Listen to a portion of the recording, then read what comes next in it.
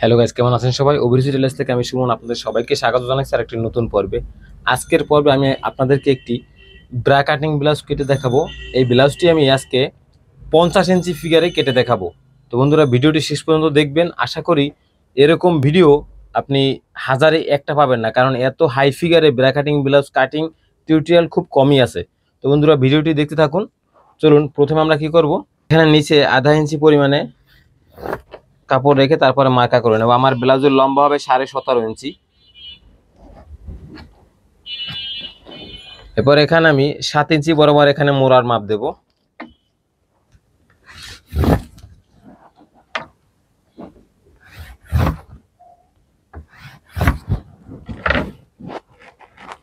এবার আমার বডি হবে 50, তো আমি এখানে 12.5 ধরবো।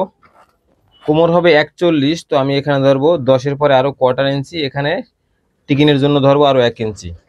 এখানে আমি 4.5 ইঞ্চি দূরত্বে টিকিনে মার্কা দেব। এখানে আমি 5.5 ইঞ্চি পর্যন্ত টিকিনটা উপর দিকে উঠানোর মার্কা দেব। এটার আমি পুটের মাপ দেব 12 ইঞ্চি। এখানে সেলাই রক থাকবে। গলা ছড়ানো দেবো এখানে আমি 3.25, এখানেও দেবো 3.25। বন্ধুরা, প্রথমে আমি পিছন পাটটা কেটে নেব। এটা আমি পিছন পাটটা কাটতেছি। পিছন পাটটা কাটার পরে আমরা সামনের পাটের যে মেইন যে ব্রা কাট, সেই কাটটা দেব। আপনারা দেখতে থাকুন। এরপরে এখান থেকে এভাবে একটু বাঁকা করে, কতটুকু বাঁকা হয়েছে আমি আপনাদেরকে দেখাচ্ছি। যেমন এখানে আছে 7.5, ঠিক আছে, আর আমি এখানে দিয়েছি কত, 8.5। তাহলে 7.5 থেকে যদি 8.5 এখানে দিই, কতটুকু, মানে এখানে 1 ইঞ্চি, ঠিক আছে। মানে এখানে যা আছে তার থেকে 1 ইঞ্চি এই দাগটা আমি একটু এভাবে কাট করে দিয়েছি, ঠিক আছে। এবার আমি এই দাগের সাথে বডির সাথে কোমরে মার্কার সাথে মিলিয়ে দেব। এখান থেকে হাতে একটু এভাবে ড্রয়িং করে নেবেন, যাতে মোড়াটা ভিতরের দিকে ঢুকে না যায়। পিছনের গলার ডিপ হবে আমার 10 ইঞ্চি।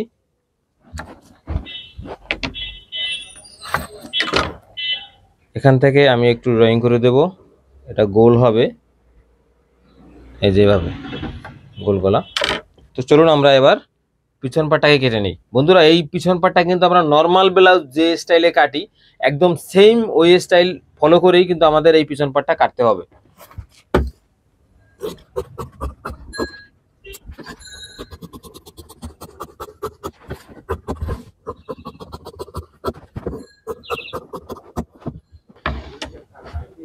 এখন বন্ধুরা, এখানে একটা জিনিস খেয়াল করবেন, এখানে ঘুরিয়ে কত হয়েছে, এই মোড়ার মাপটা কিন্তু জরুরি।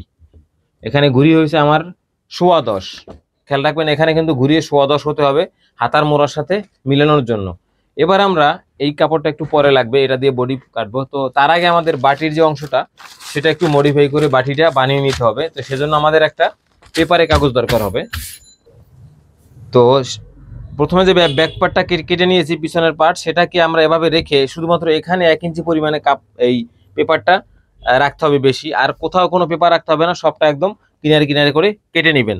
শুধুমাত্র এখানে যেহেতু সামনের গলা হবে, তো সামনের গলার মাপটা ধরে নেবেন, কারণ পিছনের গলার মাপটা বড় আছে। আমার সামনে গলা হবে 8 ইঞ্চি, পিছনে হয়েছিল আমার 10, তো আমার এখানে হবে 8 ইঞ্চি। এখানে একটু মার্কা করে নিতে হবে। এখানে আর মার্কার দরকার নেই, কারণ এখানে যেহেতু এই পার্টটা আছে, এই পার্টটার শেপ যতটুকু সরানো আছে অতটুকুই দিয়ে দেবো।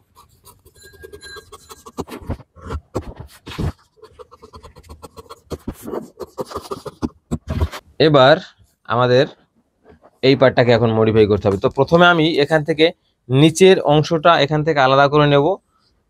13.5 ইঞ্চি বরাবর আমি নিচের পার্টটা কেটে নেব। এখান থেকে শেপটা ঠিক এভাবে দিবেন, শেপ কাটের এই অংশ দিয়ে। এই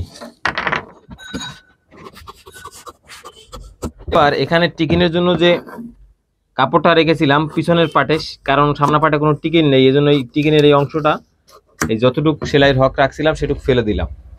এবার আসেন আমরা এটাই এখানে তালপাট কেটে নেব, কারণ এটা কাপড়ের উপরে ফেলেই কিন্তু আমি বাকি পার্টগুলো কাটবো, এই জন্য এটাকে একদম কমপ্লিট করে নিলাম। এবারে আসেন, এখানে আমি 7.5 বরাবর এই বাটির দূরত্বটা দেব। বাটিটা যাতে গোল হয়, এখন এই শেপটা খেয়াল রাখবেন। এই শেপটা এমনভাবে দিবেন এখানে এখানে বাটিটা যেন একটা গোল আকৃতি ধারণ করে, ঠিক আছে। এই যে এইভাবে একেবারে যে গোল হবে বৃত্তাকার হবে সেটা কিন্তু না, কারণ এখানে গলা এদিকে এখানটা এদিকে, তো তারপর যতটুকু গোল করা যায় আর কি। এই এখন দেখেন এই পার্টের কিন্তু কোনো কাজ নাই, এখানে একটু কাটার সময় কাপড়ের সেলাই হক রাখতে হবে। এই পার্টটার একটু কাজ আছে, এইখানে আর একটু মডিফাই করতে হবে। আমরা এখানে যে মাঝখানে যে বাটির যে কাটিংটা দেব শেপটা, সেটা দেবো আমি এখানে 11 ইঞ্চি বরাবর। এইভাবে এটাকে এইভাবে কেটে নিতে হবে।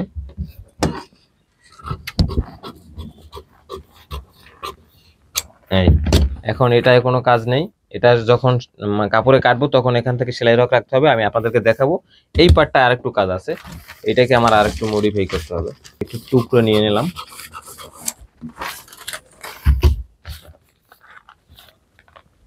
এখানে একটা টিকিনের মতো দিবেন। টিকিনটা ঠিক এভাবে দিবেন। দেখেন এখানে কিন্তু অনেকখানি ডাবাইছি, কিন্তু এই মাথায় থাকবে না কাগজটা। এইভাবে দেওয়ার পরে এটাকে এখানে রেখে মিডল পয়েন্টে,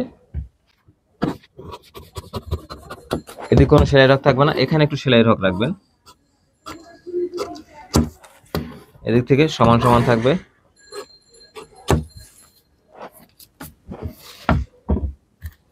এবং এই উপরটাও একটু সেলাই রক রাখবেন। এখানে একটু সেলাই রক থাকবে। এখানে দেখেন আমার এটা শেষ হয়েছে এখানে, কিন্তু আমার একটু বেশি রেখেছি, এখানে একটু বেশি রেখেছি, আর একটু কাটা যাবে।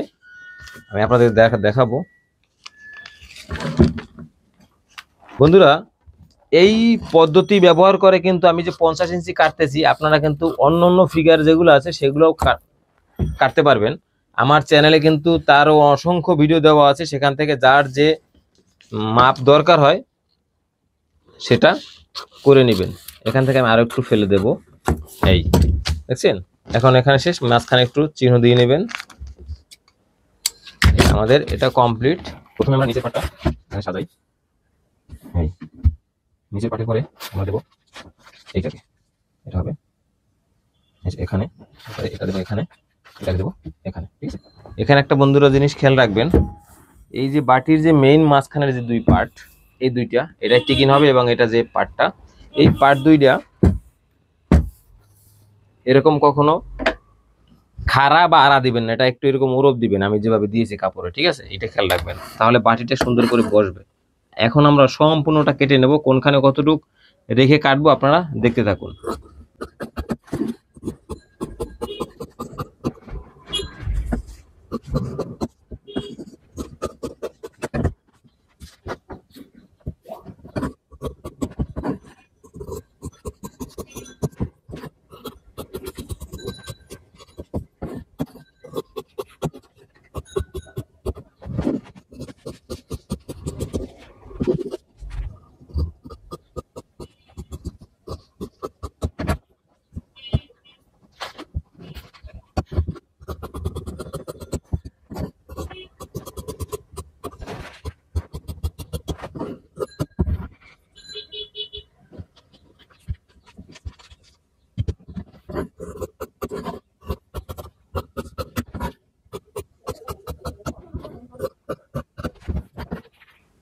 এখানে একটু চিহ্ন দিয়ে নেবেন, এটা টিকিনের জন্য, তা না হলে কিন্তু টিকিনটা কম বেশি সেলাই করার সম্ভাবনা থাকবে।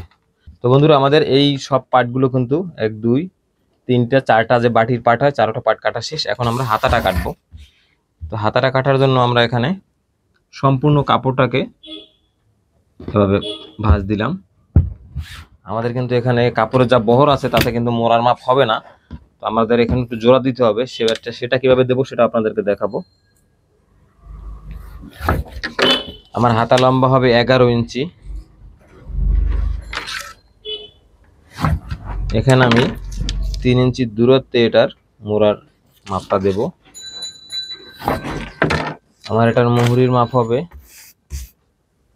13, একটু মোটা মানুষ যেহেতু। আর এখানে হবে আমার 9। তো এখানে দেখেন এতটুকু কম আছে, আমি অতটুকু জোড়া দিতে হবে, অতটুকু আমাকে। আমি একটু এখানে সেলাই রক থাকবে, এখানে 1 থেকে 1.25 ইঞ্চি পরিমাণে সেলাই রক রাখবেন। এখন আমি এখানে ধরবো 9, আর এখানে তো 13 দিয়েই দিছি দাগ। এবার এখান থেকে এখানে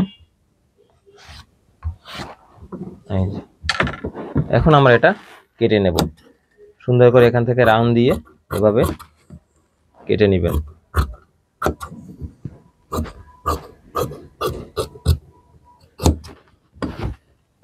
এবার এখানে এটাকে জয়েন দিয়ে এখানে একটু তালপাট কাটতে হবে, এটা এখানে হবে।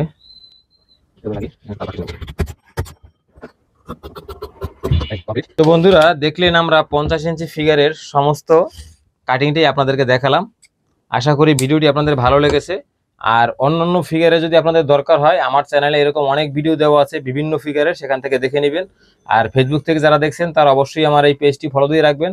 তো ভালো থাকবেন সবাই, সুস্থ থাকবেন, দেখা হবে পরবর্তী কোনো নতুন ভিডিওতে। ধন্যবাদ।